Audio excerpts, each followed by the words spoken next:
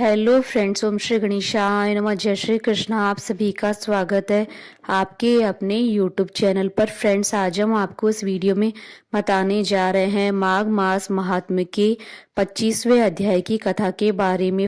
Video शुरू करने से पहले आपसे रिक्वेस्ट है, अगर आप हमारे चैनल पर नए हैं और आपने अभी तक चैनल को सब्सक्राइब नहीं किया है तो प्लीज़ सब्सक्राइब कीजिएगा चैनल को, साथ ही प्रेस कीजिएगा बेल आइकन को, जिससे नए वीडियो से रिलेटेड नोटिफिकेशन आपको तुरंत प्राप्त हो सके।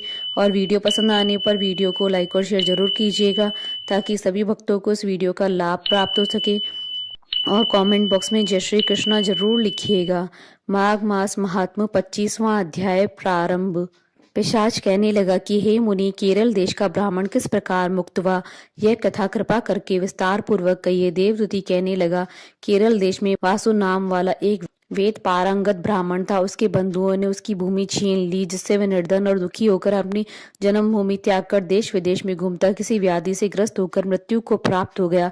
उसका कोई बांधव न होने के कारण उसकी औदर वैदिक क्रिया नहीं हुई और न ही उसकी दाह क्रिया हुई।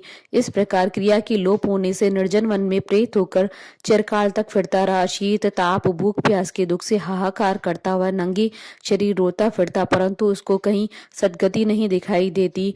सर्वथा दान न देने से वह अपने कर्म के फल को भोगता था। जो लोग अग्नि में आहुति नहीं देते हैं, भगवान का पूजन नहीं करते हैं, वे आत्म विद्या का अभ्यास नहीं करते, अच्छे तीर्थों से विमुख रहते हैं। जो लोग दुखी लोगों को स्वर्ण वस्त्र तांबूल रत्न फल तथा जल नहीं देते तथा छल कपट से जीविका प्राप्त करने वाले, दूसरों तथा स्त्रियों का धन हरने वाले, पाखंडी कुटिल चोर, बाल व्रत तथा आतुर और स्त्रियों पर निर्दयता करने वाले, आग लगाने वाले, विष देने वाले, झूठी गवाही देने वाले, कुमार्ग पर चलने वाले, माता पिता भाई बहन संतान तथा अपनी स्त्री का त्याग करने वाले, जो सब तीर्थों में दान लेते हैं, पालन करने वाले, स्वामी को त्यागने वाले, गौर तथा भूमि के चोर, वेदों की निंदा करने वाले तथा द्रोह करने वाले, प्राणियों की हिंसा करने वाले, देवता गुरु की निंदा करने वाले, यह सभी बारंबार प्रेत पिशाच राक्षस तथा बुरी योनियों में जन्म लेते हैं।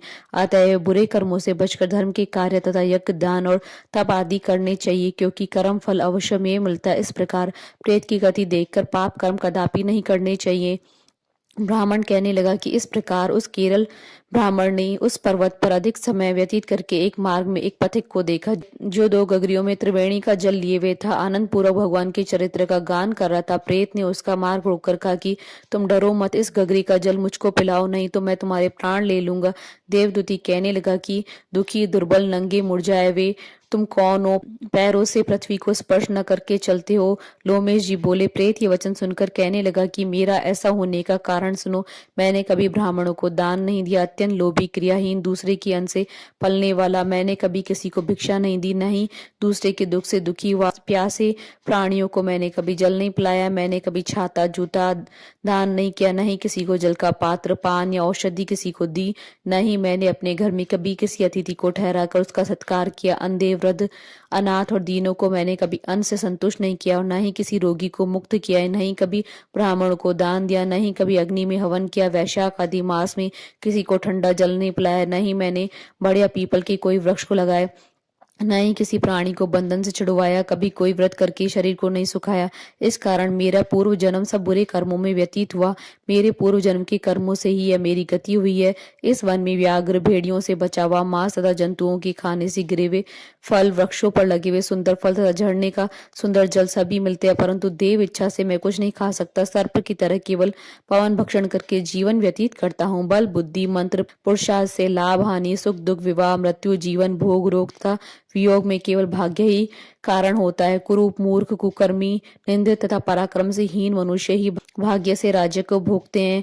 काणे लूले लंगड़े नीतिहीन निर्गुण नपुंसक भाग्य से राज्य को प्राप्त करते हैं। पर्वत पर भी बलवान राक्षस पिशाच रहते हैं, जिनमें से कभी कभी कोई कोई कहीं कहीं वन में फिरते हुए अपने कर्मों के अनुसार अन्न जल प्राप्त करते हैं, परंतु आपको उनका भय नहीं होना चाहिए, क्योंकि धर्मात्मा पुरुषों की उनकी पवित्रता ही रक्षा करती है। ग्रह नक्षत्र देवता सर्वथा धर्मात्माओं की रक्षा करते हैं। ये पिशाच आप जैसे भक्ति की तरफ आंख उठाकर भी नहीं देख सकते।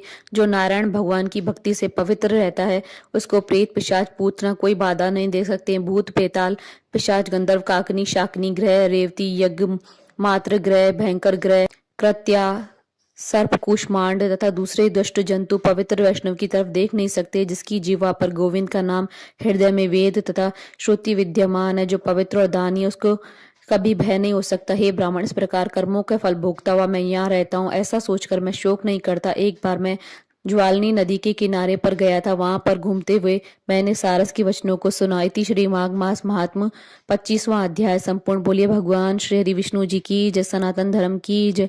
हमारे साथ इस वीडियो में अंत तक बने रहने के लिए आपका धन्यवाद। ओम श्री गणेशाय नमः। जय श्री कृष्णा।